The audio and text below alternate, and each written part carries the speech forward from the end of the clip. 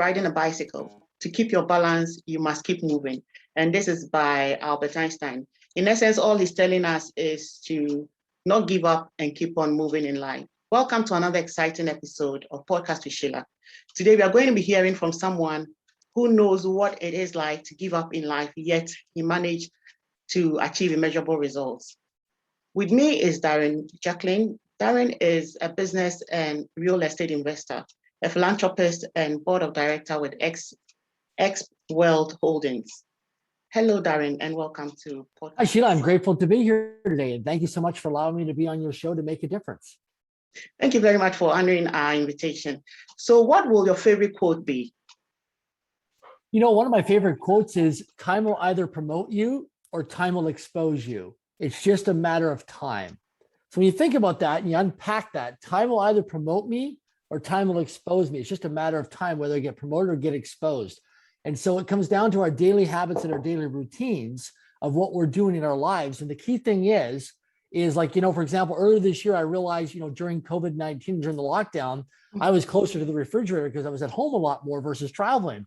So I gained weight. And so guess what? Over that COVID lockdown period of time, I didn't get promoted with my health and fitness and nutrition. I got exposed. And so it works in our relationships, works in our finances, our health, our job, our career, our personal lives, and also our integrity. Because without integrity, nothing works. There's no workability without integrity. And so one of my favorite quotes is, time will either promote you or time will expose you. It's just a matter of time. This is good. This is good. This is good. Tell us a little bit about Darren. Who is Darren? Where does he come from? Let's get to know who our guest is for today. Sure. Yeah, great question. So I'm Canadian born and raised. I've traveled the world multiple times. My formative years, my younger years growing up, my backstory is I actually went to public school and I failed grade 1 of public education and was misdiagnosed with a learning disability and a reading disability. And I was labeled retarded. And it was determined by the school system to put me into special education classes. So I never went to regular public school from grade 1 all the way through to grade 12. I was in a small little classroom with special education students. And I just, at a young age, didn't feel I fit in, Sheila. It wasn't me. I just feel there's nothing wrong with me. My parents, great parents, did the best they could. They just conformed to the school system with what the experts said, that I had a learning disability and a reading disability. So I really struggled with my self-confidence, my self-esteem. And when I was 7 years of age, as we call it today, entrepreneurship, I didn't know what it was back then. I created my first little business called Rent a Kid. And in Swift Current, Saskatchewan, Canada, a city of population of less than 20,000 people, I would go out in my neighborhood, a middle income neighborhood, and I would cut grass, I would shovel snow in the wintertime and deliver newspapers 6 days a week. And by the time I was 9 years of age, I hired my best friends in my neighborhood to come work with me on a team. And we went out and just took over the neighborhood. And it's interesting, you know, I'm 49 years of age today. I feel like I'm 16 years old with the enthusiasm and energy and vitality. But my friends, we're going 40 years ago when I was, you know, 7, 8, 9 years old. I'm still great friends because of social media today with those two friends that helped me when I was a little kid growing up. And then I got into junior high and high school, struggled academically. It was not for me. I was a daydreamer. I was a kid who look out the window of the classroom and think about where I wanted to go and what I wanted to do. And I used to get in trouble for that. I used to get in, you know, have to get sent out of class and get a talking to from the teachers about daydreaming. Yet today, I use it in my daily life as a visionary called dream building. And I go out and I dream build all the time as I'm looking at buying companies and buying real estate and growing the portfolio and growing the family foundation. And so, I barely passed public high school. In fact, grade 11, I was taken out of class one day by a guidance counselor and a school teacher. And they asked me what I want to do the question was, if I graduate from grade 12 from public high school. And so I want to travel around the world. I want to do great things. I want to serve humanity. I want to make a big difference. And they looked at each other and they laughed and they said, well, kids like you are a throwaway. Kids like you don't ever amount to much. You don't have the academic marks. You're never going to amount to much. You're not good physically because you suck in phys ed classes. You may get a job working for the government or for the union or in a sawmill or oil and gas, but you're not going to amount to much. So we don't want to get your hopes up high and we want to manage your expectations. And so we want to in that. And so it really damaged my self-confidence because they were role models to me. Yeah. So I left that day and I thought, man, I hope I graduate from grade 12 and I don't know what I'm going to do. And so I did graduate from grade 12. And then I did multiple suicide attempts to end my life. I had no direction. I had no focus. I had no purpose.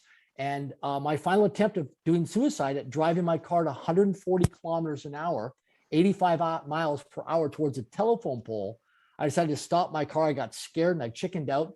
And I decided to drive myself into a 24-hour telephone crisis line prevention center. It was a nonprofit organization. And I rang their doorbell and I said, I need to turn myself in. I'm trying to commit suicide. Lady brought me in, who was a counselor, and she started to counsel me. This is back in the early 1990s. And then they referred me to a Dale Carnegie training program. And from Dale Carnegie training program, I got introduced through a lady there called Toastmasters International, which is a global public speaking and leadership organization in many countries and continents, been around for decades. Those two organizations, the Dale Carnegie training and Toastmasters, transformed my environment, my life. And it's introduced me to positive people and different role models and different mentors. And also, Sheila, there was people in that group that believed more in me than I believed in myself. And that's why I created a book called Until I Become, because until I become, I didn't know my future. I didn't know.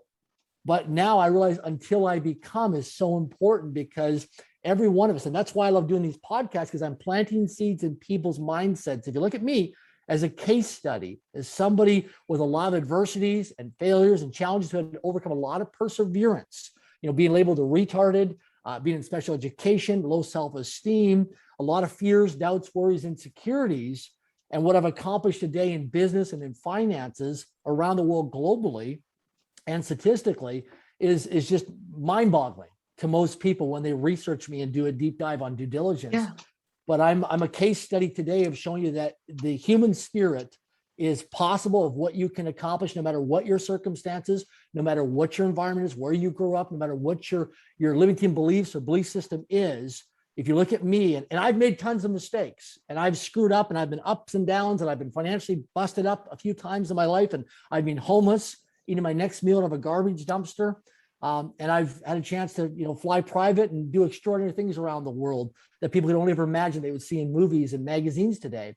So I've had the duality of both, but I've also learned too that at my stage and age in my life now, there's certain daily habits and daily routines that if you do them consistently, compounded over a period of time, you will produce consistent, specific, measurable, and actionable results. And I've served many people around this planet from all walks of humanity, from all different age groups, of all different skill set levels. And, I get thank you letters and cards and emails on a frequent basis from people all over the world saying, wow, that airplane ride, or me guest speaking at a conference, or doing this podcast, or them soon to be reading my book, all these different things is to me, it's about transforming the human spirit, right? And creating that ripple of impact. And that's what drives me is, acts of service is being in service to humanity, because I learned years ago on a humanitarian trip, actually to Africa, where you're from, the continent of Africa, that the secret to living is giving.